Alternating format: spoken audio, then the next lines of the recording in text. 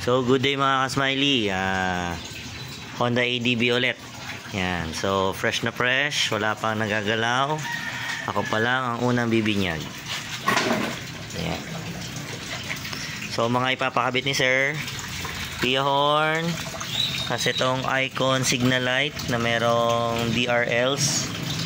Yan. Tapos, night ranger na may 7 modes. So, gusto ni sir lahat gagana yung 7 modes.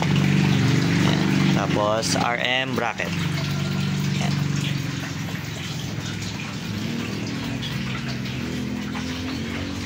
Welcome to Benji Smiley Works.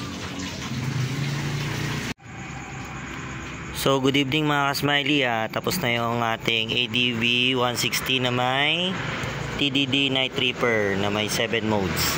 Okay. So ayan ang ating setup. So, start muna tayo sa battery. Okay, sa battery, yung 15 ampere, yan na yung ating loud horn. Yung 10 ampere dito, ito na yung ating all lights fuse.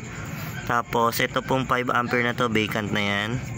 Then, ito na yung 5 ampere na to, ang fuse niyan is yung mga relay na natin. Yun. So, ngayon, yung USB 5 ampere tsaka ABS main, baliktad na po yan. Ayan. Tapos, ganun pa rin. Ayan, ganyan siya. Ganyan ang setup natin. So, next, dito natin pinesto yung horn.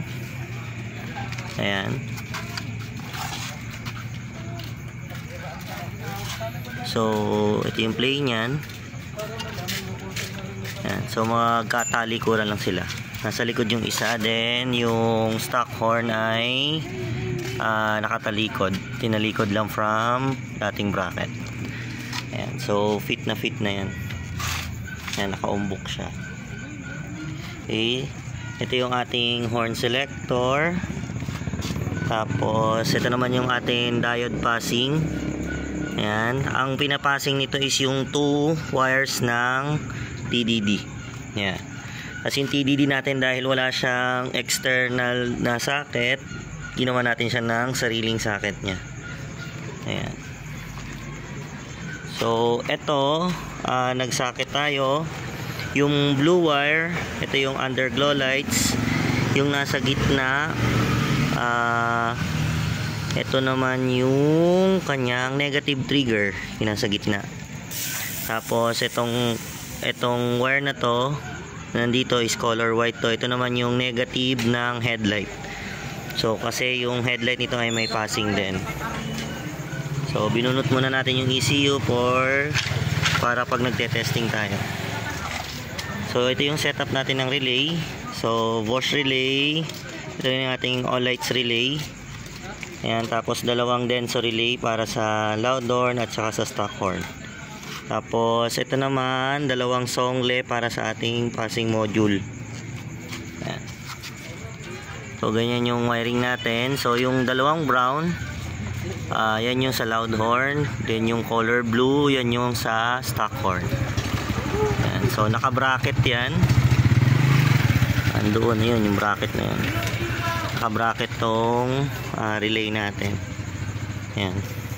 So dito kasi yung may pinaka maayos na access ng relay. So tatanggalin lang yung side fairings dito, then ma-access mo na siya. Okay, tapos ito naman yung switch ni sir. So ito yung passing natin, momentary switch siya. Ayan. Tapos ito yung underglow lights, ito po vacant, walang laman. Then ito yung ating para sa night reaper, para sa TDD natin. So tatlo siya, tatlong button. Okay. Then ipalagay si sir ng underglow lights. Ayan, dalawa, kabilang side, kulay puti. Tapos yung underglow lights kasabay na rin doon sa icon na signal light ni sir, pati doon sa harapan. Ayan. So yun lang po. So Tetest ako. So, yun. Sa busina. And sa stock horn. Then, ito yung mode 1, white, yellow, then ito yung full blast, yung dalawang bilog. Tapos pagsama-sama sila lahat. Then sa passing, ito. Yan. So yung dalawang mode nabubuhay. Ayan. So yun lang po mga ka-smiley. Thank you.